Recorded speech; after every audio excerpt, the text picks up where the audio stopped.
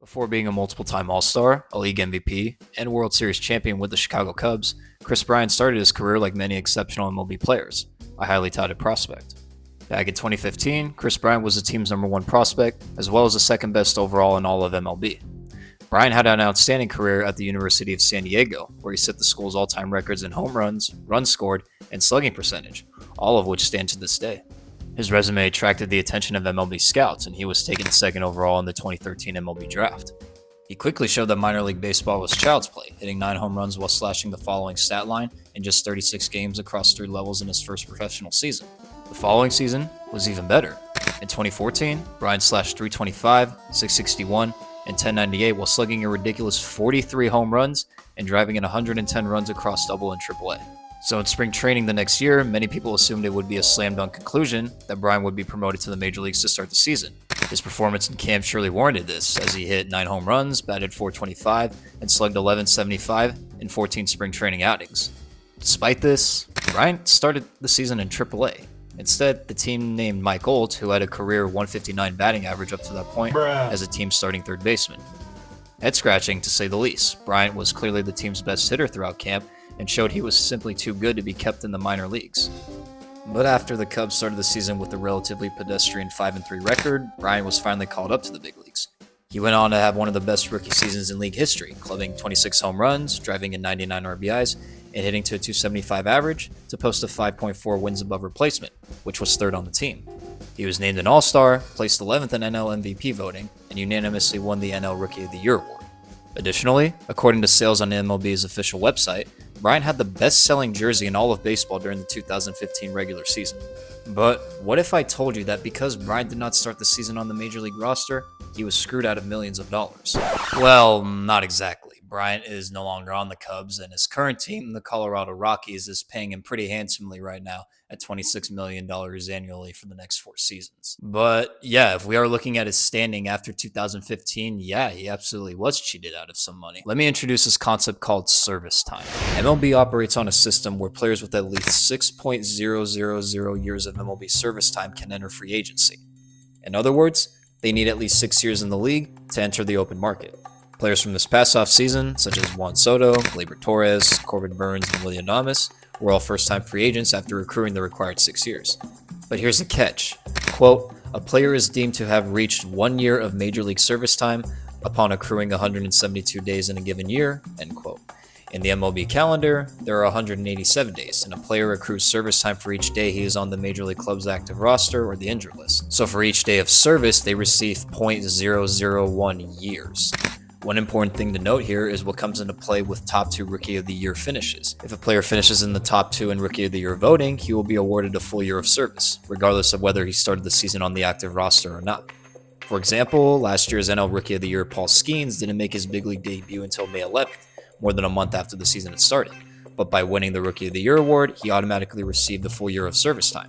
But back in 2015, this clause wasn't in place. As mentioned before, despite Bryant's outstanding Rookie of the Year campaign, he wasn't awarded a full year of service time. This is because he was only on the roster for 171 days out of a possible 187. Had he been on the roster for 1 more day, he would have qualified for this under the old rules. Thus, he entered the following season with .171 years of service time. Understandably frustrated, Bryant and his representation filed a grievance against the Cubs for delaying his call-up to the major leagues to manipulate his service time. The case went without a hearing for the next several years, and it finally concluded in January 2020 with the arbitrator ruling against Bryant. As a result, Bryant was not awarded his full year. So what's the problem here? Well, we see a classic example of service time manipulation. But what is service time manipulation? Service time manipulation refers to tactics and strategies that baseball team executives use to prevent players from becoming eligible for free agency and salary arbitration. 99% of the time, these tactics are completely unrelated to the performance of the player and are employed for the sole purpose of extending a club's control on that player for more than 6 seasons. This was also practiced on World Series MVP George Springer and superstar Vladimir Guerrero Jr. in their first season in the big leagues. And while neither finished top 3 in Rookie of the Year voting, they spent a significant amount of time on the Major League roster and produced very respectable stats in their first year. But because they weren't on the roster for at least 172 days, they didn't get the full year of service, thus delaying their arbitration negotiations and free agency. And since a player needs at least 6 years of service to become a free agent, this is a big deal. I'll go through a breakdown of the players' salaries through their first 6 seasons in the league. This is of course assuming that they don't sign any long-term extension or contract prior to when they become free agents. In their rookie year, they receive the minimum salary. For 2025, this was set at $760,000. In the next season, they receive a raise, typically around 5 to 10%. The following year, they receive another raise, this time around $1 million. After completing at least 3 years of service time, they enter what's known as arbitration. This is a 3-year period where the team and player negotiate on how much the player should be paid. During arbitration, salaries can vary widely depending on performance. Elite players like Juan Soto in 2024 with the Yankees can earn around $30 million for the year. Meanwhile, solid contributors might earn somewhere between $5 and $15 million. The arbitration process is fairly complex and would need its own video, but for simplicity, it's essentially a way for players to start earning closer to their market value before they enter free agency. If the team and player can't agree on a number, a third-party arbitrator steps in to make the final decision. After 3 years of arbitration and 6 full years of MLB service time, the player becomes eligible for free agency.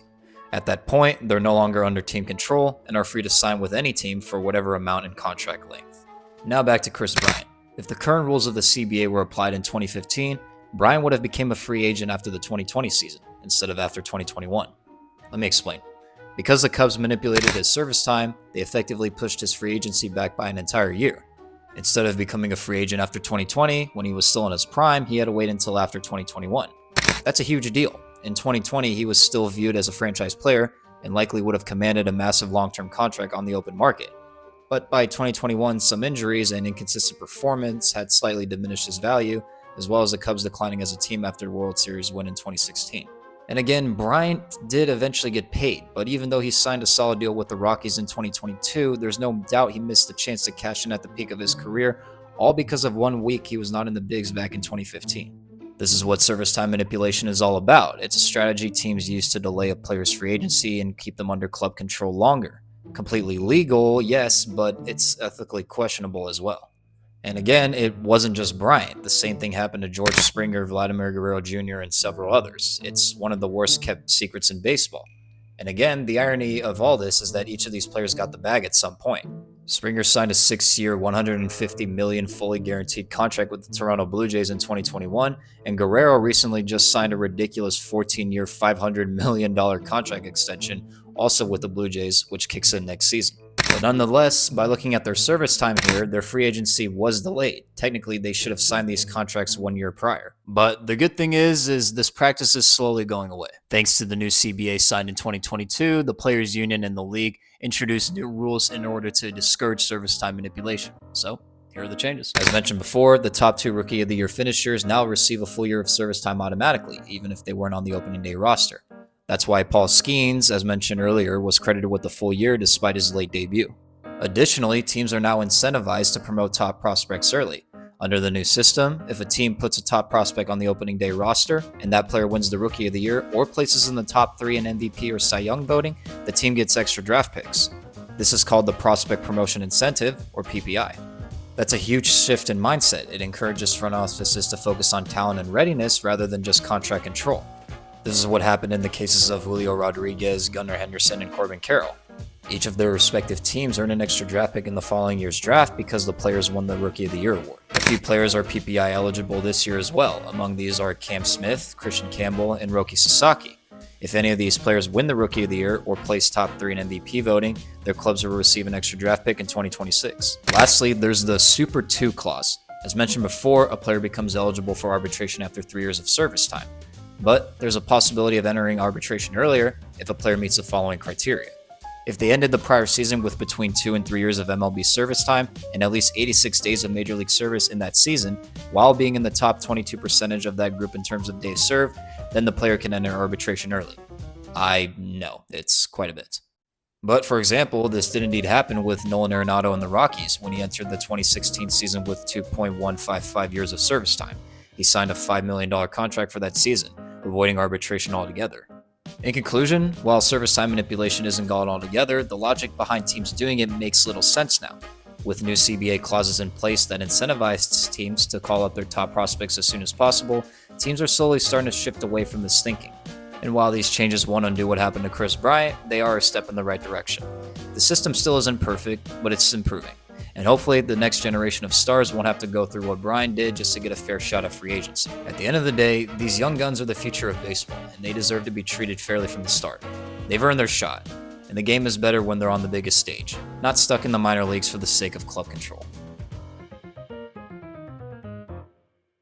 Thank you so much for watching the video. Please leave a like if you enjoyed it or comment underneath if you have any feedback on it. I really appreciate the support that the previous videos have gotten, and I am hoping to make some more of these in the future. But until then, have a great day, and I'll see you soon.